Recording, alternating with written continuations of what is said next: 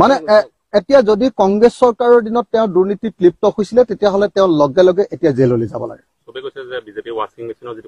মানে একদম প্ৰথম কথা যদি দুৰ্নীতিত লিপ্ত হৈছিলে তাৰমানে তেওঁ নিজে ক'লে যে কংগ্ৰেছ চৰকাৰৰ দিনত হিমন্ত বিশ্ব শৰ্মা, জয়ন্ত মল্লবৰুৱা, পীযুষ হাজৰিকাহঁতে কেলেংকাৰী কৰিছিলে, সিন্ডিকেট চলাইছিলে। হিমন্ত বিশ্ব শৰ্মাৰ নেতৃত্বত চলা যি সিন্ডিকেট ৰাজ, কংগ্ৰেছৰ দিনত চলি থকা সিন্ডিকেট ৰাজ, তাৰে দ্বিতীয় সংস্কৰণ হ'ল বিজেপিৰ দিনত চলি থকা এতিয়া দুৰ্নীতি আৰু সিন্ডিকেট ৰাজ। এইটো এবাৰ প্ৰমাণিত হ'ল। এতিয়া এই প্ৰমাণ হোৱাৰ পাছত আচলতে মন্ত্ৰীসভাৰ পৰা মন্ত্ৰীজনক বৰ্খাস্ত কৰিব লাগে নে নাই? কিন্তু কৰিব জানো? নকৰে। কাৰণ সেই মন্ত্ৰীজনৰ গুৰুজন হ'ল, আচল সিন্ডিকেট মাষ্টাৰজনে হ'ল হিমন্ত বিশ্ব শৰ্মা।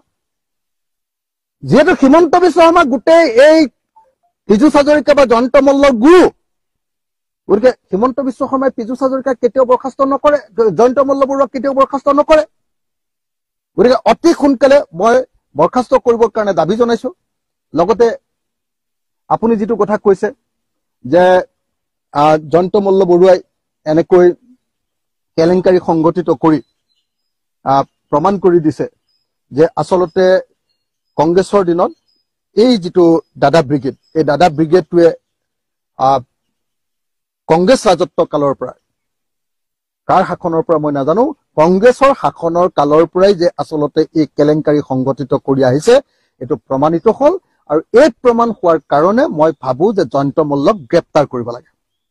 গ্ৰেপ্তাৰ, তেওঁ নিজে স্বীকাৰ কৰি দিছে যে মই এই কেলেংকাৰী কৰাটো হয়। কেলেংকাৰী কৰা হয় বুলি কোৱাৰ পাছত ডেফিনেটলি এটা তদন্ত ঘোষণা হ'ব লাগে আৰু তেওঁ গ্ৰেপ্তাৰ কৰিব লাগে। গতিকে এই মুহূৰ্তত জয়ন্ত মল্লবৰুৱাক অকল মন্ত্ৰীসভাৰ পৰা খেদা নহয়, জয়ন্ত মল্লবৰুৱাক গ্ৰেপ্তাৰ কৰাটো চৰকাৰৰ দায়িত্বত পৰিণত হৈছে। মই অতি সোনকালে অসমৰ মুখ্যমন্ত্ৰীক জয়ন্ত মল্লবৰুৱাক গ্ৰেপ্তাৰ কৰিবৰ কাৰণে দাবী উত্থাপন কৰিছো।